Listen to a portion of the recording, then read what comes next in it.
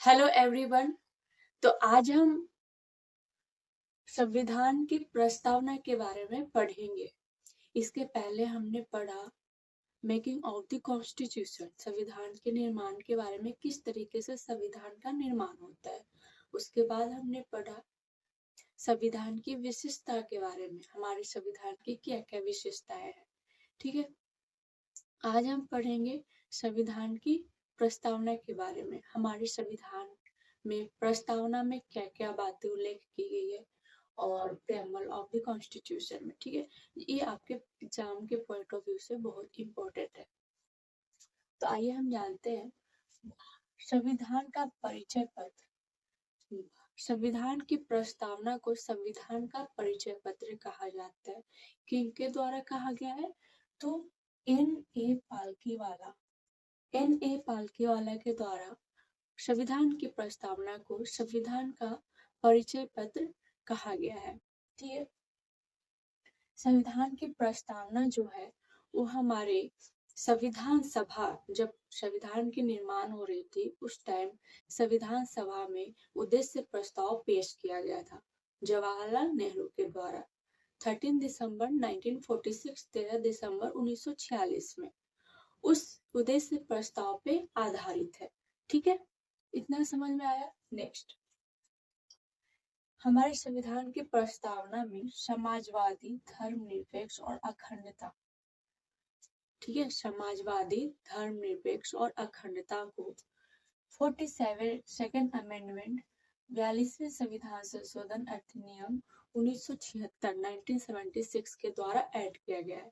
मतलब जब संविधान का मूल रूप, जो संविधान का मूल रूप है, उस टाइम प्रस्तावना में समाजवादी, धर्मनिरपेक्ष और अखंडता नहीं था।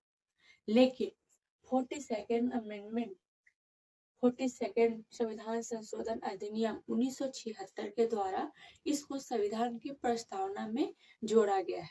ठीक है, नेक्स्ट, संविधान लागू होने की तिथि 26 नवंबर 1949, 26 नवंबर 1949 है। ये भी हमारे प्रस्तावना में लिखा गया है कि संविधान लागू होने की तिथि 26 नवंबर 1949 है। तो यहाँ से आपके एग्जाम के पॉइंट ऑफ व्यू से कौन कौन सा पॉइंट इंपॉर्टेंट हो जाता है मैं आपको बताती हूँ। सबसे पहले उद्देश्य प्रस्ताव। उद्देश्य प्रस्ताव कब लागू किया गया था? 13 दिसंबर 1946। किनके द्वारा पेश किया गया था? पंडित जवाहरलाल नेहरू। और ये तो बहुत बहुत इंपॉर्टेंट है। संविधान की प्रस्तावना में धर्मनिरपेक्ष, समाजवादी, धर्मनिरपेक्ष और अखंडता, समाजवादी, धर्मनिरपेक्ष और अखंडता को किस संविधान संशोधन के द्वारा जोड़ा गया है? तो आप कंफ्यूज नहीं होइएगा। ये 42nd अमेंडमेंट, 42nd और 44, 42वें और 44वें संविधान संशोधन में अक्सर हम कंफ्यूज कर जाते, लेकिन यहाँ आपको याद रखने की बात है समाजवादी, धर्मनिरपेक्ष और अखंडता सीरीज वाइज भी याद कर लीजिएगा। सबसे पहले समाजवादी है, उसके बाद धर्मनिरपेक्ष है, उसके बाद अखंडता है। ये भी एग्जाम में पूछे जाते हैं। तो समाजवादी, धर्मनिरपेक्ष और अखंडता को 42वें संविधान संशोधन अधिनियम 1976 में जोड़ा गया है हमारे प्रस्तावना। ठीक है, ये भी एग्जाम के पॉइंट ऑफ व्यू से इम्पोर्टेंट है कि संविधान लागू होने की तिथि कब है? 26 नवंबर 1949 को संविधान लागू हुआ। नेक्स्ट, प्रस्तावना में मुख्य शब्द जो दिए हुए हैं वो हम आपको बताएंगे। सबसे पहले संप्रभुता। संप्रभुता मतलब क्या है? संप्रभुता मतलब ये है कि हमारा जो भारत देश है वो स्वतंत्र है, वो किसी का डोमिनियन नहीं है, वो अपना डिसीजन खुद ले सकता है। ठीक है, नेक्स्ट है समाजवादी। समाजवादी मतलब हमारा जो संविधान है वो लोकतांत्रिक समाजवादी है। ठीक है, मतलब ये मार्क्सवादी और गांधीवादी का दोनों का मिला जुला रूप है, लेकिन इसमें भी गांधीवादी की ओर ज्यादा झुकाव है। ठीक है, ये मार्क्सवादी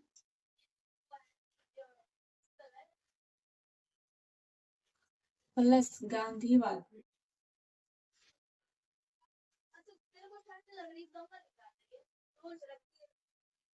दोनों का मिला जुला रूप है, लेकिन गांधीवादी की ओर ज्यादा झुकाव है। ठीक है, नेक्स्ट धर्मनिरपेक्ष।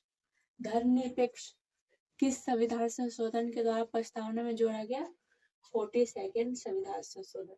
समाजवादी धर्मनिरपेक्ष को 42nd संविधान संशोधन के द्वारा जोड़ा गया। ठीक है, यहाँ अगर हम पढ़ रहे धर्मनिरपेक्ष तो ये भी याद होना चाहिए कि इसको किस संविधान संशोधन के द्वारा जोड़ा गया? 42nd संविधान संशोधन। नेक्स्ट है लोकतांत्रिक। हमारा देश लोकतांत्रिक है, संसदीय लोकतांत्रिक। यहाँ चुनाव होता है, मतलब कि कार्यकारी जो कार्यपालिका है वो हर काम के लिए विधायिका को जवाब देगी। उसको बताना होगा कि हमने ये काम क्यों किया, और वो हमारे संविधान के अकॉर्डिंग ही कुछ भी कर सकते। ठीक है, अपना मनमानी नहीं कर सकते। नेक्स्ट गणतंत्र। गणतंत्र हमारे देश में एक राजा होंगे जो कि राष्ट्रपति, उनका चुनाव होगा। ठीक है, नेक्स्ट है न्याय। कितने टाइप के न्याय है? सामाजिक न्याय, आर्थिक न्याय और राजनीतिक न्याय। सामाजिक न्याय, आर्थिक न्याय और राजनीतिक न्याय ये 1917 के रूसी क्रांति से लिया गया है। जब हम संविधान की विशेषता के बारे में पढ़ रहे थे, वहां हमने ये भी देखा था कि हमारे संविधान में दूसरे कंट्री से कुछ वर्ड्स जो भी अच्छा लगा वो लिया गया है।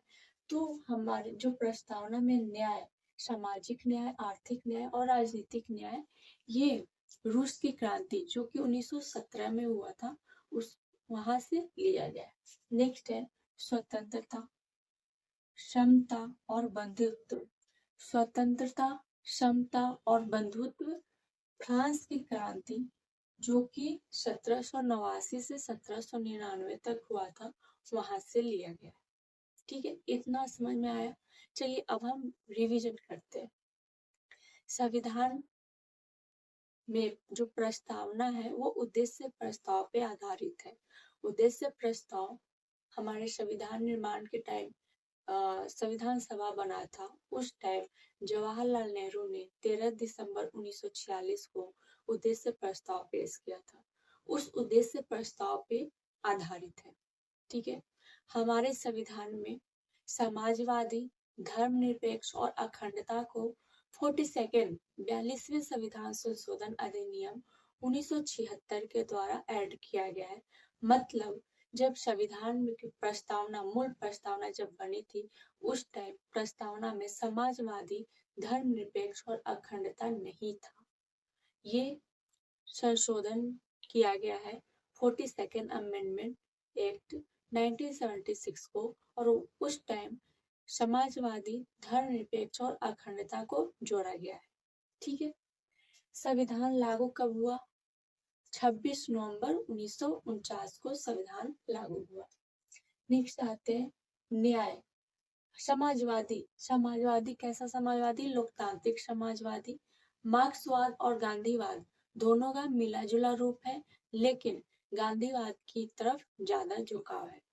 नेक्स्ट आते हैं न्याय। न्याय कौन कौन सा है? सामाजिक, आर्थिक और राजनीतिक। सामाजिक, आर्थिक और राजनीतिक न्याय 1917 में जो रूस की क्रांति हुई थी वहां से लिया गया।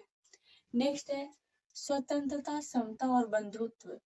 ये स्वतंत्रता, समता और बंधुत्व फ्रांस की क्रांति जो कि 1789 टू 1799 तक चला था वहां से लिया गया है। तो आप ये सारे पॉइंट्स याद कर लीजिएगा। ये आपके बिहार एसआई, बिहार दरोगा के एग्जाम के पॉइंट ऑफ व्यू से बहुत बहुत इम्पोर्टेंट है। इसमें से आपको प्रीलिम्स, प्रारंभिक परीक्षा, बिहार एसआई के प्रारंभिक परीक्षा में भी और बिहार एसआई के मेन मुख्य परीक्षा में भी पूछा जा सकता है। ठीक है, तो आज के लिए इतना ही। Thank you.